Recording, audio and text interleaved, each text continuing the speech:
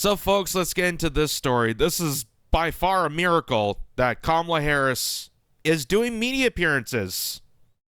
It's incredible to witness. It's incredible to witness. She's tried to avoid it for so long. The last appearance she did on CNN, she had to get an accomplice, chaperone. She had to get Tim Walz by her side to be kind of like an escort date for like prom. It was kind of weird.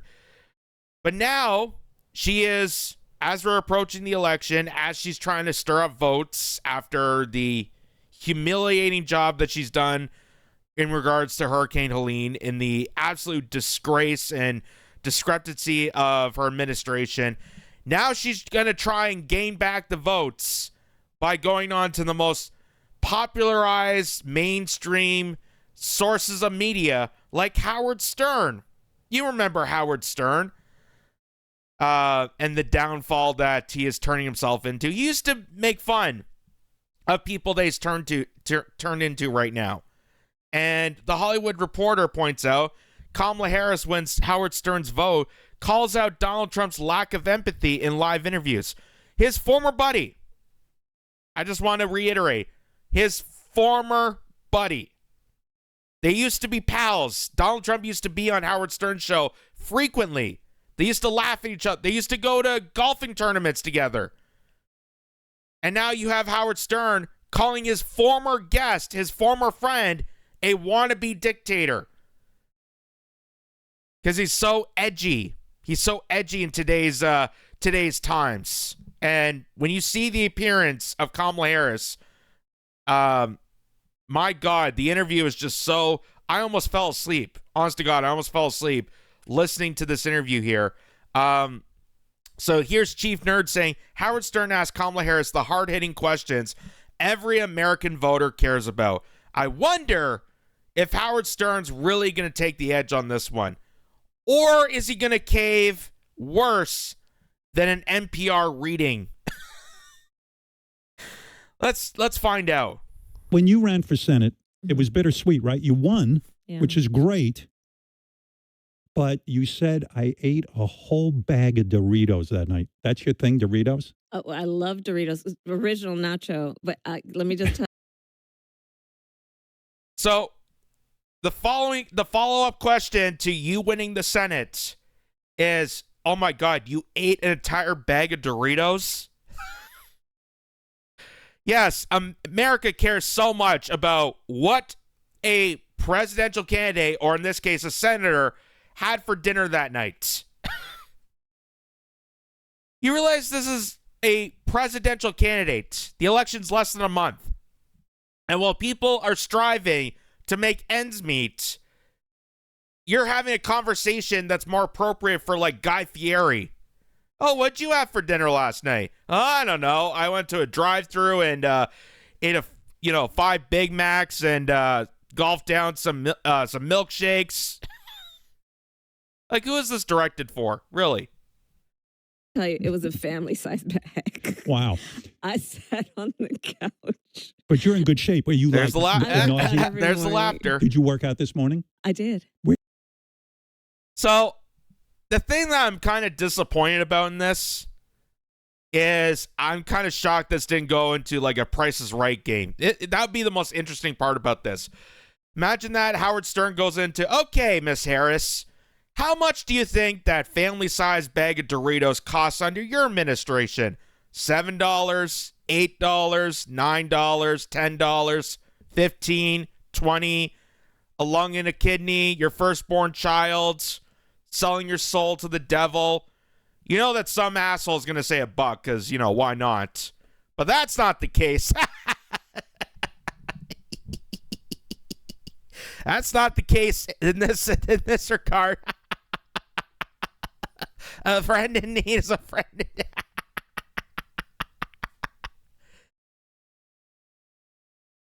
And people think, we're making too much fun of her laughter. It's not the laughter that's cringeworthy. It's when she laughs. It's the appropriate situation in which one laughs. And what you're seeing here is Kamala Harris filling the empty void because she just doesn't have anything. She doesn't have real substance. She has to fill that empty void with random laughter. Random laughter. Even if it's the worst time to laugh in that situation. So, here's some more of this. Where did you work out? On the elliptical at the hotel. Oh, they bring one up to your room? Yeah. Nice. How long do you go on the elliptical? Half an hour to 45 minutes. You're not bored out of your skull on that thing? I'm watching a variety of things. That's how I catch Morning it. Joe? So, yeah. He's sometimes, something, huh? yeah. That Morning Joe. Uh-huh. I Oh love my that guy. God. I do too. Joe Scarborough. Yeah. A former Republican. Yes. He can't vote in his own But he party. I swear to God, if Howard Stern gets any more boring, like, I'm just baffled. I'm more baffled, not in this conversation, because I wouldn't expect anything less. Like, you go on to an establishment television show that's already scripted, that has high executive producers, high donors that are committed to her campaign. Of course, they're going to talk about random nonsense. Oh, did you work out today? Did they send the elliptical up to your room? Yeah, that's highly important stuff for the average voter. The thing that baffles me, though, is this is Howard Stern. Okay? This is the guy that if you listen to clips back in the day, holy crap, this is the guy that almost got himself canceled. This is the guy that had endless phone calls and lawsuits sent to him because of the erratic stuff that he has said on air, on regular radio. Regular radio. Here he is on Sirius Satellite Radio, a subscription-based radio provider that he could say whatever the hell he wants. He has that power. He has that influence. And this is how he spends his time. And people listening to this are so bored out of their mind. The man even put Joe Biden to sleep when he last interviewed him. Now, mind you, probably Joe Biden had a pre-interview snack with applesauce mixed in with some Napian or something.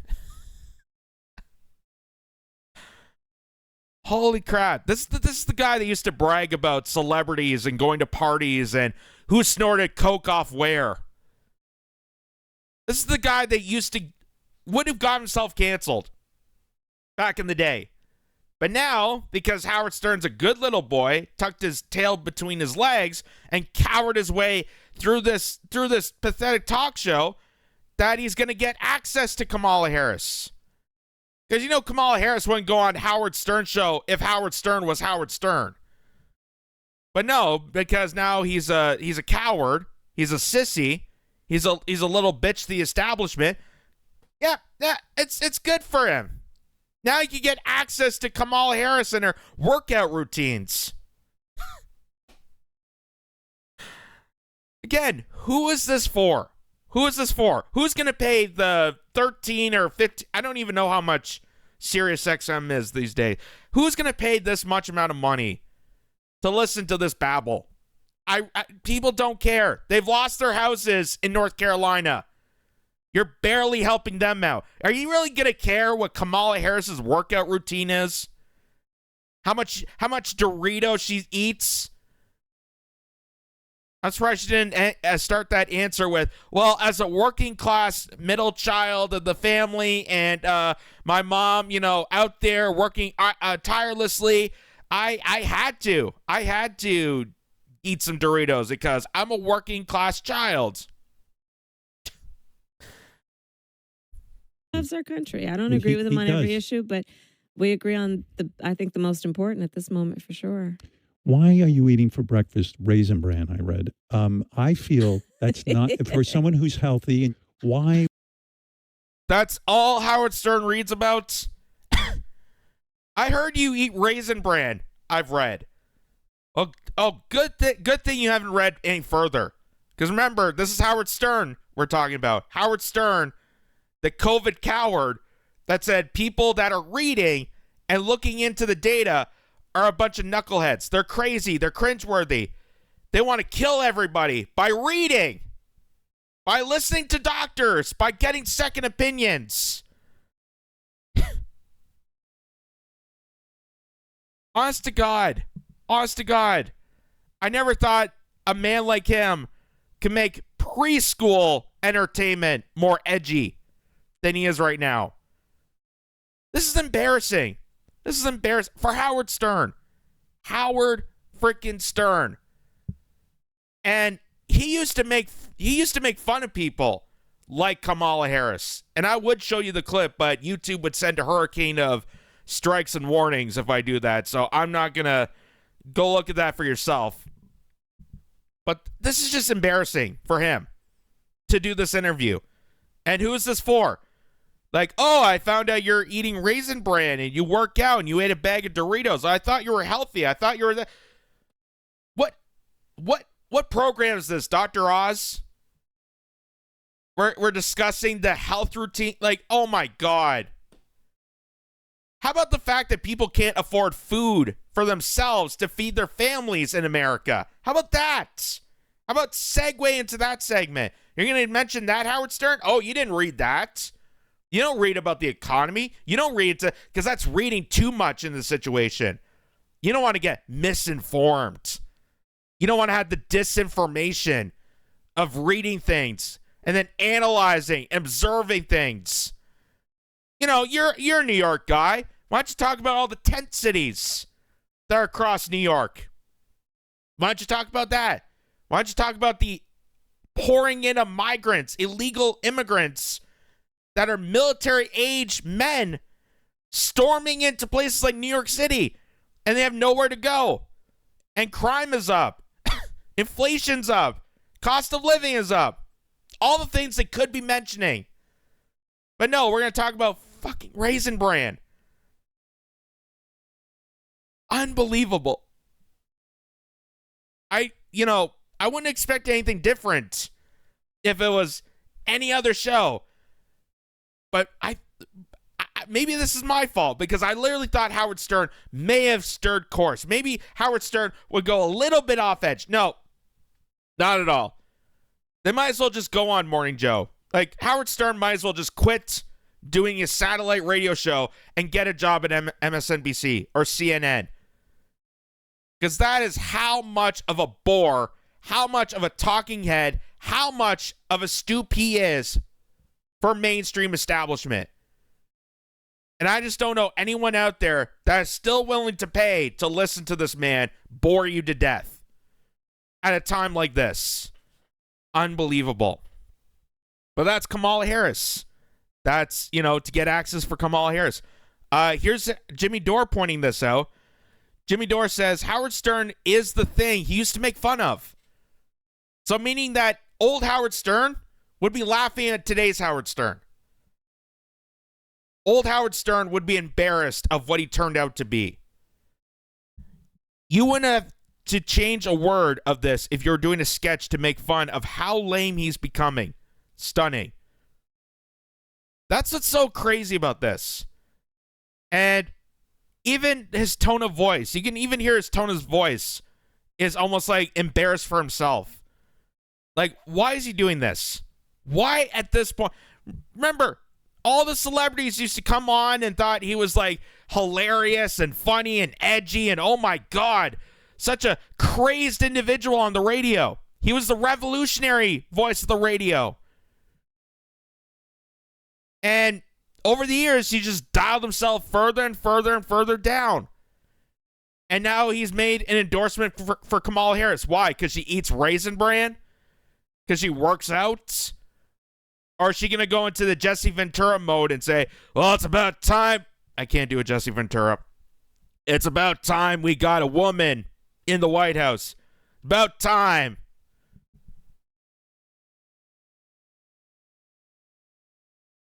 But what is that woman going to do? I don't know, but it's about time we got a woman. It's got even so bad. It's got even so bad that The View. She went on to The View because Howard Stern being in New York and The View being literally nearby. I think Howard Stern's in New York, I do believe.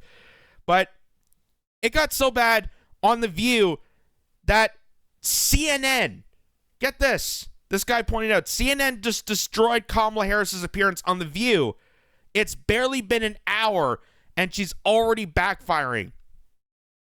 CNN is poking Kamala Harris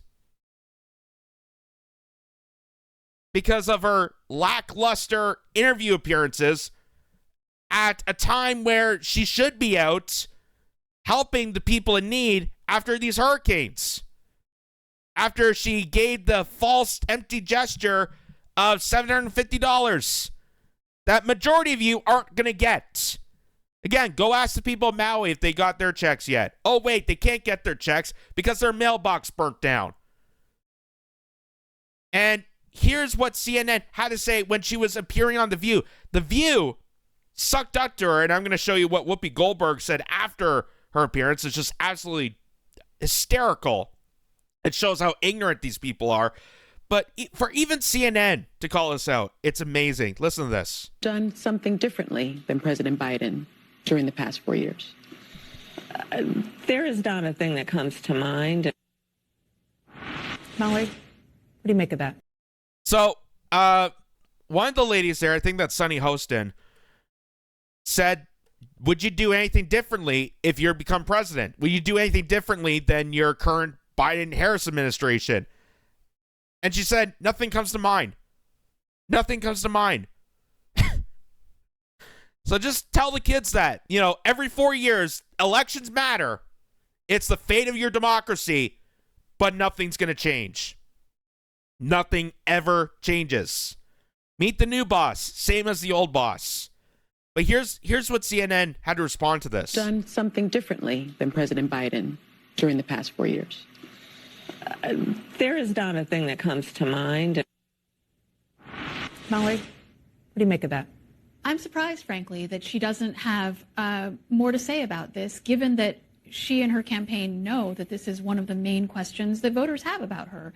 And one of the main things she's been trying to establish as part of her candidacy is the idea that she would represent a break from the past 4 years, and to not be able to come up with something to say in that moment. She continues to not be particularly nimble on her feet in a lot of these interviews, and this is a very obvious question that gave her an opportunity, frankly, to differentiate herself in a way that would have made news, that would have answered, I think, the curiosity of a lot of voters who want to know how she would lead differently. And she's not very specific in laying that out, and she can't point to a decision she would have made differently, which, in an electorate that thinks that doesn't like the way this administration has led, and that doesn't like the track that the country is on, that may not be a very satisfactory answer. I mean, it's a delicate dance. So that's incredible. That's incredible for at least them to touch on that. Obviously, CNN's not going to dive into details of why she's not going to change anything. And, is it surprising that Kamala Harris, the current VP, is not going to do anything to fix the mistakes that her and Joe Biden already created? Probably not. It's not surprising. It's not surprising. Again, meet the old boss, same as the old. Meet the new boss, same as the old boss. Anything that works for the establishment and continues that establishment gravy train to continue soaring while screwing over working class people, that's all they care about. Joe Biden once said to a room full of donors in 2020, if I'm elected, nothing will fundamentally change. Nothing. But democracy's on the table every 4 years. Democracy is the most important thing right now. It's the most important election we got to deal with. You got to go out and vote. Things matter to people. Harris is telling you nothing's going to change. And the fact that even CNN's calling that out, that's amazing. So here, as I stated, here's what Whoopi Goldberg said after Kamala Harris's appearance on The View. And again, this just shows how this talk show, I'm surprised it's still on the air. Honest to God, I'm literally shocked that this is still on the air. Of just how embarrassing, how detrimental, how just disgraceful it is. And also just shows the ignorance of these women, because they're all millionaires. They all live in their fancy homes and penthouses all across New York or California or wherever they're from. and just have no connection, no realization, no awareness of any current working class issues. So here's what Whoopi Goldberg is going to say anyway. Well, I'm just basking in the light.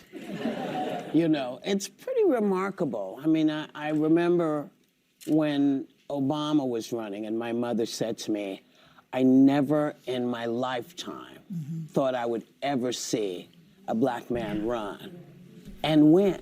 Yeah. Twice. Well, she was gone by the... But the country's still racist. Just remember that.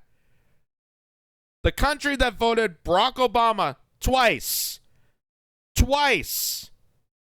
is still apparently so racist that we have to demonize half the population. We got to set new restrictions. We got to make sure that we continue to mass control people because there's that much racism still going on. The second time, but she said she always thought it was going to be a woman before it was going to be a black man. And if she'd only known that is not only going to... people keep saying, what are black jobs?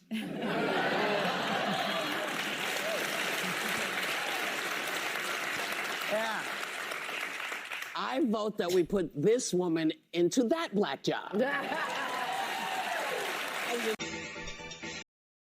Now, I'd just like to say to Whoopi Goldberg, why do you have to race bait the presidency job? I think that's very disheartening for her. I can tell you for sure that any black, brown, or yellow person can be as much of a corrupted asshole as white presidents. Take Barack Obama, for instance. He continued on the work of George W. Bush. He brought the hope and change and then took it away to get in Citigroup and Bank of America and Goldman Sachs to control everything. Again, meet the new boss, same as the old boss.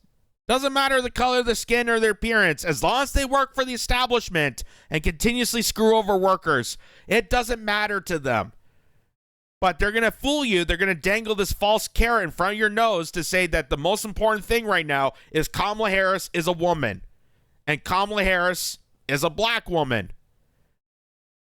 Yet somehow we still haven't described what a woman is. So I don't even know what to say of that, other than the fact that this is the most just irregarded answer coming from a bunch of out-of-touch millionaires who host a daytime talk show that probably no one's watching at this point. And their only come out of an interview like that of a presidential candidate is, oh, well, it would be just so amazing if this woman got to be president and then fill in that black job. Again, why do you have to race bait the presidency? After telling the country that they're all a bunch of racists. Just how so hypocritical this whole thing is. It's just hilarious that everything they're doing and saying just absolutely exposes what they've said after or earlier. Like, it's just so hypocritical. That's hysterical. And again, I wouldn't expect anything less, sadly, from places like this because they want to get access. Kamala Harris wouldn't go on their shows if they were going to actually challenge her. If, she had to actually answer a question. Because God forbid, you being president, you being commander-in-chief, there's no way you're going to have to deal with questions and accountability and answers from the press. Dear God. That's why you get another liar to fill in that place. That's what the press secretary is, right?